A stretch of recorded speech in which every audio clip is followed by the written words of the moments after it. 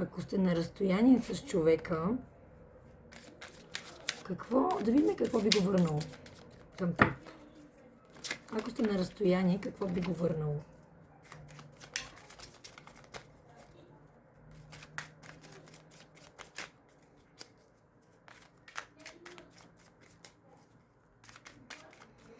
Какво би го върнало? Сега ще върнете тук сега.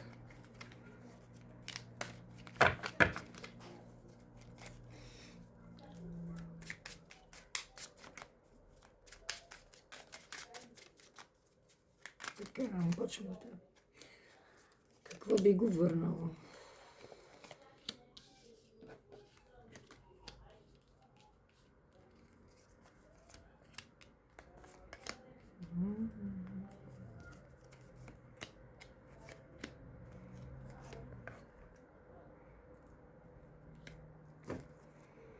Така, тук.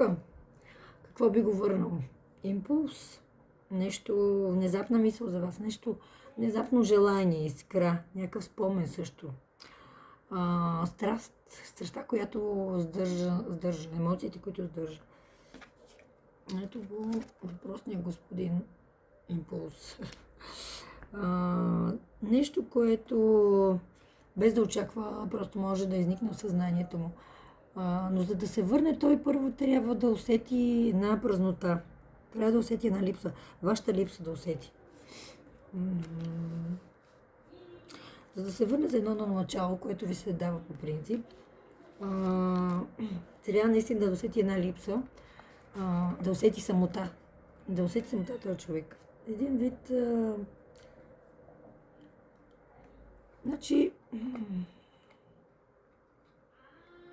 Първо, този човек мисля, че първо ще се опита да се контролира. Няма веднага да се хвърли. Нали, имаме застой по обесения. Нали, отделно, може да става въпрос. Може да става въпрос за дистанция, но може да става въпрос и за раздяла тук. Значи всеки ще си знае. При тези, които са разделени, разделени са от доста време, да речеме. Първо ще се опита да контролира човека. В смисъл, няма веднага да се хвърли. Просто съдбовният ход се забавя в този момент. Така го разберете. Съдбовният ход се забавя в този момент за тези, които са разделени повече време.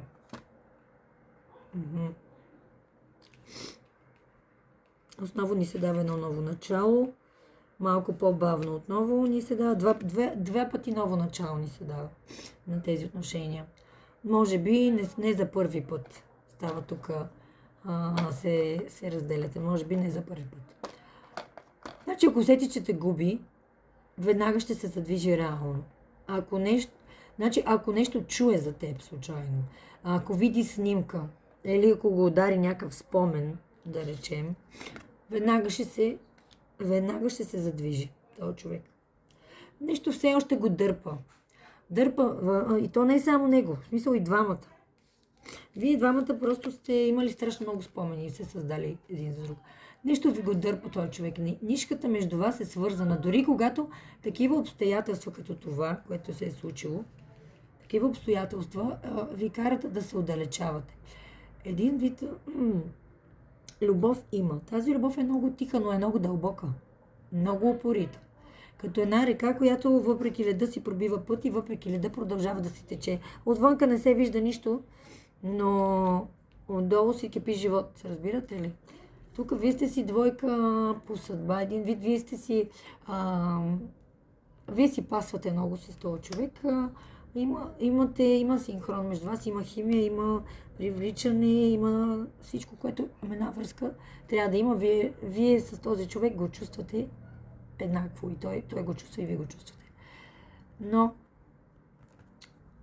не е лесно да се забрави. Само да кажа, че не е лесно да забрави жена като вас. Защото такава жена остава един отпечатък в мъжа. Във връзката в мъжа, с който остава отпечатък. Един вид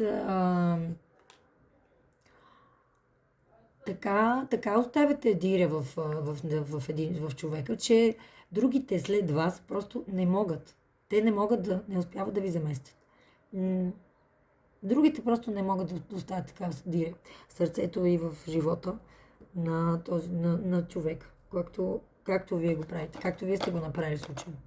Така че тук това не означава, че човек ако реши няма да бъде утрешния ден щастлив и няма да намери някого. Не ме разбирате погрешно. Ако утрешния ден човека може да си намери друга до себе си, но и пак да бъде щастлив. Но това, което сте вие сте вие и след това всички други. Така се вижда. Благодаря ви, ако искате лично четене, можете да ме намерите на Viber, WhatsApp, тук също отговарям в TikTok, телефона ми го има за връзка, напишете ми, ако искате, както ви е удобно. Отговарям на всякакви въпроси, на среща съм за коментари, така че на разположение съм до нови срещи.